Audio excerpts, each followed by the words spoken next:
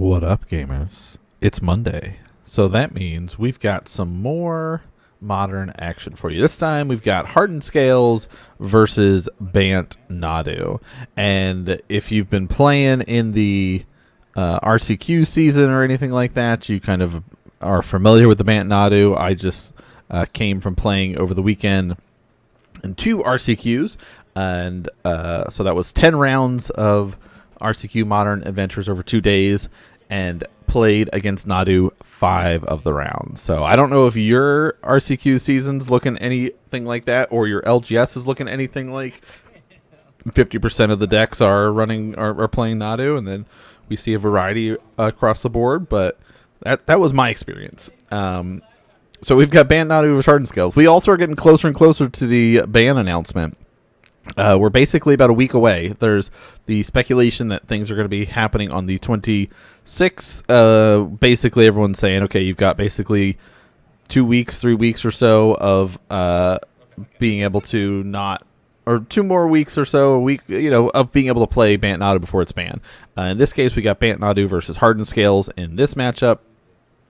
I know the screen is still a little shaky for this one because I have a couple of games in queue that are pre-recorded ones from previous weeks that are still on the old camera setup. Now we did the tests for the new setup. I just finished editing that video, and things are looking clean and stable. There is a glare just based on where we had it, so I've got to fix that for the next time, so we won't have the glare, but we don't have any glare here. It's okay. We also showcase all the cards anyway. But so here's how things are looking. We've got big ramp coming out here for the Bant Nadu player. Hardened Scales player is just setting up as well. They've got the Arcbound Ravager. They've got the Shadow Spear.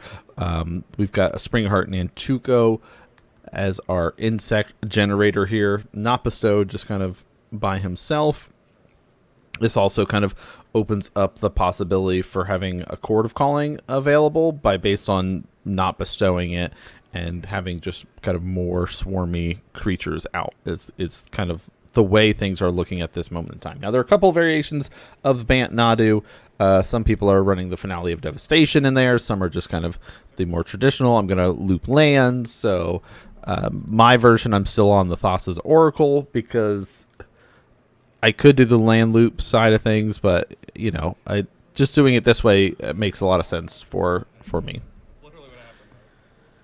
All right, here's the Springleaf Drum was the find here, so it looks like we are low on lands for the Hardened Scales player by them going and getting the drum. That's kind of that's the read that I get if I'm sitting across from them is, oh, okay, you are low on mana, so you're doing things like that. And we see the Ancient Stirring is going to be utilized here. Tapping the Arcbound Ravager for a green to be able to go look at those top 5s, and more than likely not grabbing a land from here. If they don't, that also kind of gives me some information they have a land in hand or something.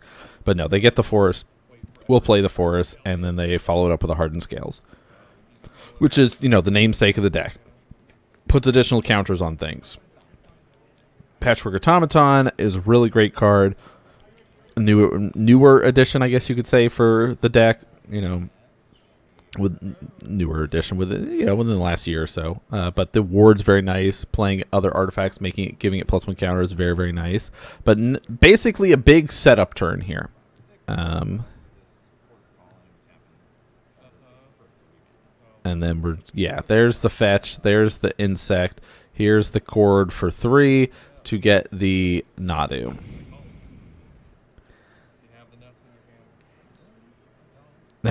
It says, do you have the nuts in your hand? You got the Shuko or Outrider? I said, no, not currently. We're just setting up to try to get to it. And then we drew it off the top because sometimes that's how it works. So if you're not as familiar for whatever reason you haven't been playing Modern and you're getting back into it, there is this combo where you can just kind of equip this Shuko 2 times per creature, cost 0 to equip it. That's going to trigger Nadu. You reveal your top card. If it's a land, it goes on the battlefield. If it's not, you put it into your hand. Not considered drawing, so the normal effects that people would use that stop drawing, like Bowmasters and things like that, don't work in that regard. So Ancient Stirrings off the Overgrown Tomb. I like the art for that. I've been meaning to start collecting some of those Galaxy Foil Shocklands, but I just, you know, there's other Modern Horizons 3 cards that I wanted to pick up that I could use to make decks, or other, you know, more fetch lands that I need, because having one playset of each is not enough, or sometimes having two is not enough because of all of the cubes and commander and modern decks that I'm trying to play and make. And having them separated makes things nice in that regard. But another Mana Dork start here for the Nadu player. Hardened Scales, ooh, with a really powerful turn 2 here. Hardened Scales, Inkmoth Nexus, Shadow Spear setup here. Now, Inkmoth Nexus is the, of course, man land. One of the few remaining man lands still playable in Modern. The infectability making it so much better. Now, Haywire Might, of course, very powerful to deal with setup stuff here, being able to pay the green, sack it, exile a non-creature artifact or non-creature enchantment. Second Hardened Scale is going to come out, though. So now things get really bad, especially with the Walking Ballista coming out. So this would be like, okay, is it respond here, get rid of one of the Hardened Scales, or yeah, let's blow up one of it so it's even less. I mean, it's still going to be a problem, right? You see the Walking Ballista. Walking Ballista is one of the best cards in the Hardened Scales deck. One of the reasons why I haven't been playing Infect as much at my LGS is because we have like 3 or 4, 5, 7. You know, we got like a whole house full of Hardened Scales players, and there are games where they go, well, here's a Walking Ballista. I'm going to make sure you have no creatures. And it's like, yep, I have no way to deal with that. So we'll see if it's going to be a similar thing in the Bant Nadu. Now, they do have some creatures that have a little bit of additional toughness, like the 2 toughness off the delayed halfling, make it a little bit easier, but let's see. Oh, Agatha Soul Cauldron makes things even worse.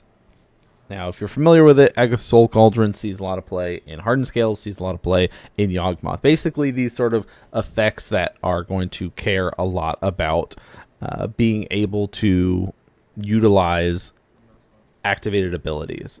And so we see a response to the effect here. Let's do this. Let's blow these things up. And basically, we're going to do a reset. Force of Vigor, get rid of Agatha. Let's get rid of the Walking Ballista and hope for the best here.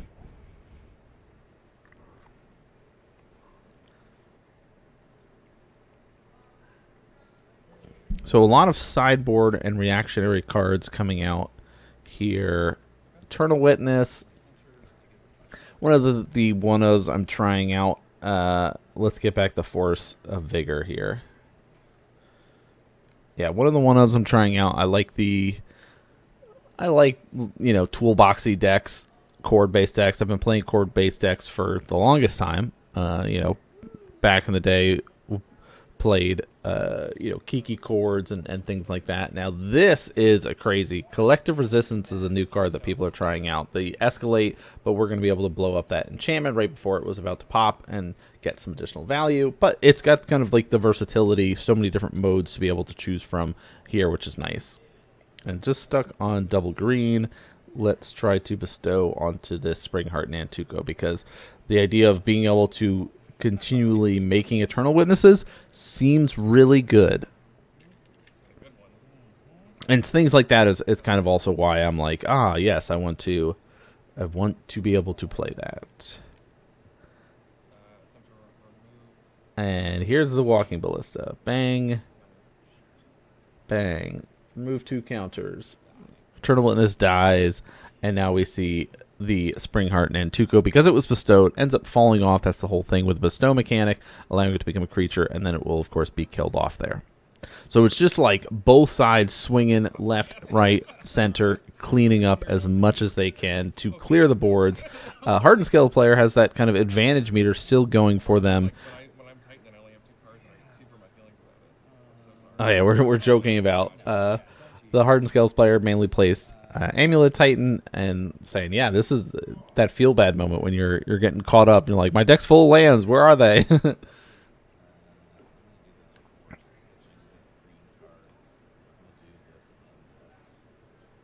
using the force here, which you might think it's like, why are you doing it now? It's like nervous about what is the follow-up play, but I guess you could have saved it and utilized it against the Ink Moth because that's the way to end the game. But knowing things can get kind of snowbally and out of hand with Urza Saga being able to untap if my opponent had no other options.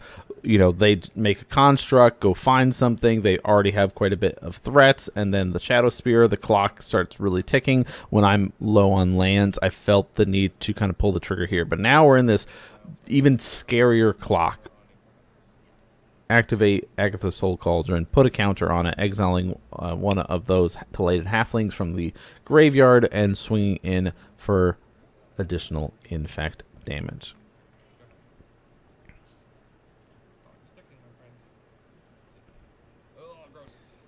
All right, we get a land. Here's a Nadu.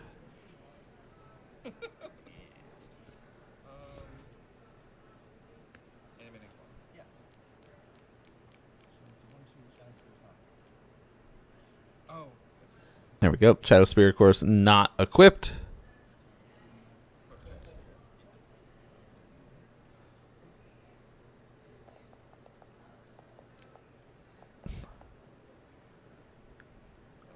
All right, so 1, 2, 3, 4. All right, I already had 5 infect. Agatha's Soul Cauldron puts us at dead. Also, the build up here of Walking Ballista, if it gets high enough, because Agatha's Soul Cauldron has Walking Ballista, the win of just saying, I'm going to shoot you with this Walking Ballista, aka Ink Moth Nexus, which deals damage in the form of infect damage, poison counters to players. So let's just chain these Nadus together and hope for the best is kind of our game plan right now for game 2. Which, in this case, you're feeling good if you're the Hardened Scales player, that you're like, okay, they have no way to combo kill me at this moment in time. So I'm in this kind of window of just continually building up until next turn when the infect creature has enough counters that I can start shooting.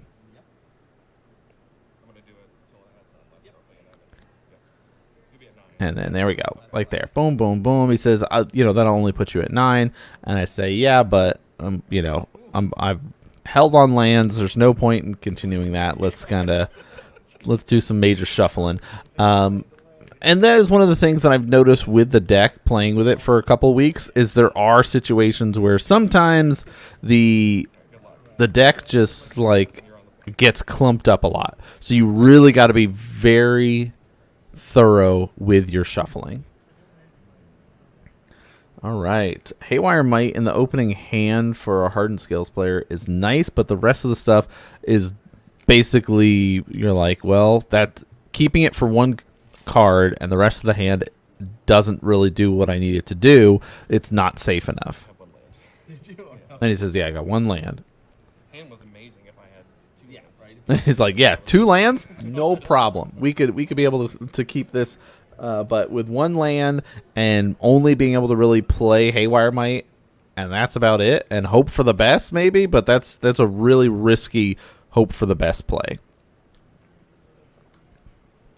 I do appreciate the fact that Scales has a main land, because most modern decks I don't think do. Not anymore, I know. So it's nice having that. Flexibility in there,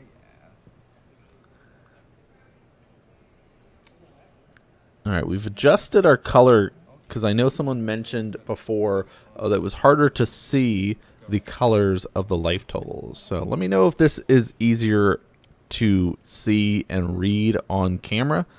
We're still adjusting and continuing to upgrade and change the way that we're doing things here. Zabaz is a great start here. Modular. Do some additional modular shenanigans with it.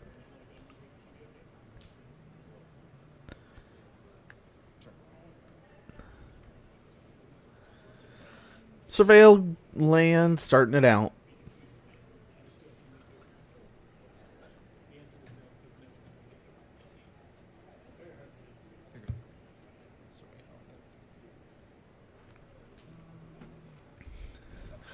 I still can't believe how good Surveil lands are. Like, I was definitely thinking, and I've told this story before, but like, I still am just blown away by the fact that it's like every deck wants them.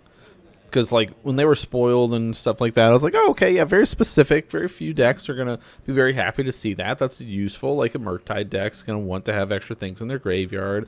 Okay, cool. Like a Goryo's deck, that makes sense. But then it was like, oh no, this is just like you're playing Modern. Every deck should have at least one in there. All right, Ozolith, Hardened Scales. These are like the two build up setup. We're going, and we're gonna be going strong right now.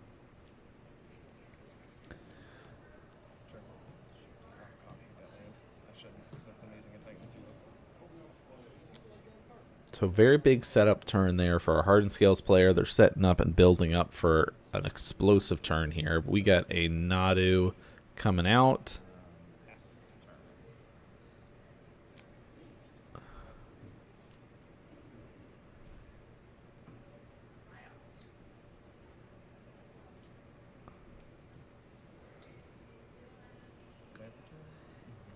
Phyrexian Tower. I like this addition for the Hardened Scales decks. Like it adds for some like crazy shenanigans that you can do some explosive turns with it. You know, allows you to be able to pop and move +1 counters onto things like the Ozolith and onto other creatures in this regard of like, okay, I'll pop it, generate 2 black mana, you know, or play this creature, or do these things like, all right, Arcbound Ravager. And there's the Haywire Might. So we don't have any mana to stop anything. But it's like, do you take the turn off here? I don't know, because you're set up for a huge explosion next turn. The One Ring, though. Blanket protection until next turn. Activate the One Ring, of course, draw a card. We've talked about it so many times. You know, every time you see the One Ring, things are bad for the person that is not playing it and not activating it. Now, there are ways kind of to interact with the One Ring and do things like that, but the big setup turn, how will our Hardened Scales players respond? Like, they could use Haywire Might to get rid of it, but I feel like you want to save that as much as possible. So Walking Ballista, that's a really nice way to go. Now, of course, the player has protection, but the creatures and the stuff on the board do not. So Walking Ballista can be able to start doing some blowing things up. Now, both players are sitting here and going, okay, you're tapped out. You are also tapped out. Yeah, so both players are tapped out, and it's this debate of, do I let you untap? You're going to draw 3 cards. You'll have all your mana available, and puts me in a bad spot. So let's start sacrificing things.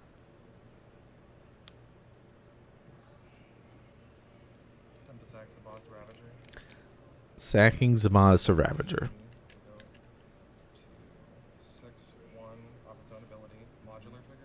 Modular trigger. So boom, boom, boom. We got, of course, the double Hardened Scales is making the math super crazy at this point.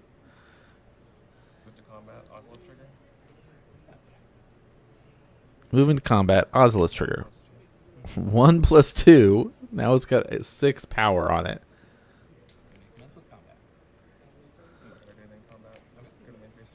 Main phase 2. Sack the Ozolith the Ravager. Arcbound Ravager's got a lot of counters on him. Sack Ravager to its own ability. Alright, so we're doing this. Well, there's a modular trigger on the stack here of the Arcbound sacrifice itself to himself. until I say that, hey, before the counters go on it, I have this force of vigor that I'm going to be able to remove these two things that you have that you wanted to try to go in, and which is this like awkward spot, right? Because it's like it again, if your opponent untaps, they essentially have more draws and more ways to dig for something like this to get answers and try to save themselves. So now we're going to go through, hey, let's do some of this. Boom, boom, boom. 2 triggers. We got a land. We got another Nadu. This Nadu will die. The halfling will end up dying by removing 2 more counters. And then these things will now die.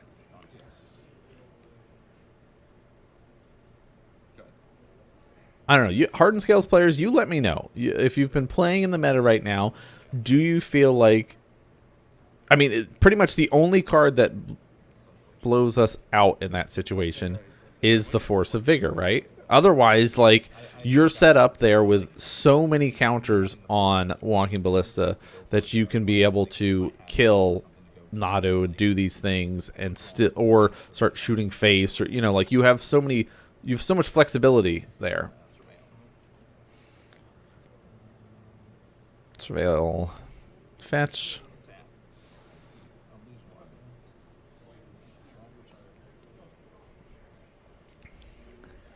All right, so we know the setup is for a Nadu here, but what else can happen from there?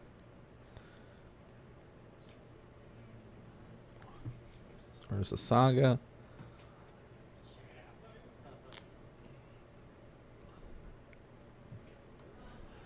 So there's the Nadu. All right, sequencing is off there, right? We should have... Oh, no. Sequencing is not off. We needed the exact mana. We needed that mana to do it that way, right? We had 5 mana exactly, so we couldn't. So I was like, oh, sequencing's off. You want to make sure you play your lands after, but no, we had to play it this way. All right, so this is kind of the newest edition. We've seen it before from the... oh my gosh, Assassin's Creed set. Lets you be able to return a historic card from your graveyard. But he's got to spend all of his mana in order to do that, so it goes to your hand. Lose 2.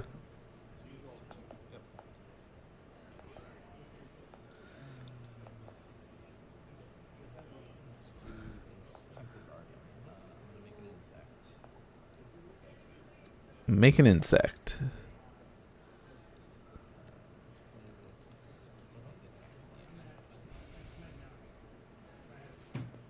All right, now just kind of making a bunch of creatures.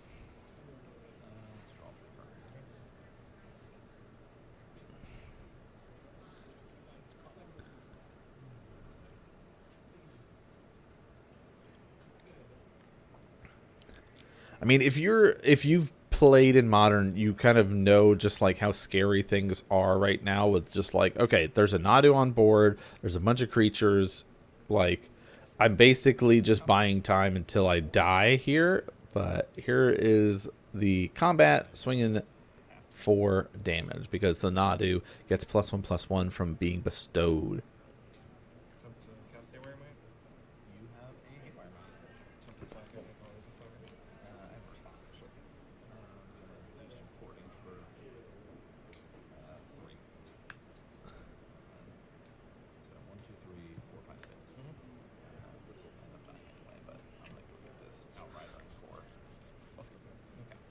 All right, so we go in response and do this outright in core. We could have done it on our turn, but I like, by being a chord player, I'm constantly like, I need to wait on this to make sure that I'm okay. Yeah, he says, what else did you have in your hand again? Did you have any other free spells or anything like that? I said, yeah, that's what I had. So like we were discussing the whole force aspect of it, but. Yeah, the deck is scary good. It's so powerful. Like one of the matches over at the RCQ, I lost a die roll. My opponent won on turn 3 on game 1. I won on turn 3 on game 2, and then they won on turn 3 in game 3. Like, It's Yeah. it is very, very powerful, but not like it does have that like non 0% chance of fizzling too. So you got to keep that in mind. But I know that for a fact we will be seeing a ban list announcement related to it on the 26th. So we'll see. We'll see how much more Nado we'll see at the channel. We got some more games to show you guys, of course, every Monday and Thursday. So if you're not subscribed or following, consider doing that. But that's gonna do it for us today. Thanks so much for tuning in and watching, everybody, and I'll see you all next game.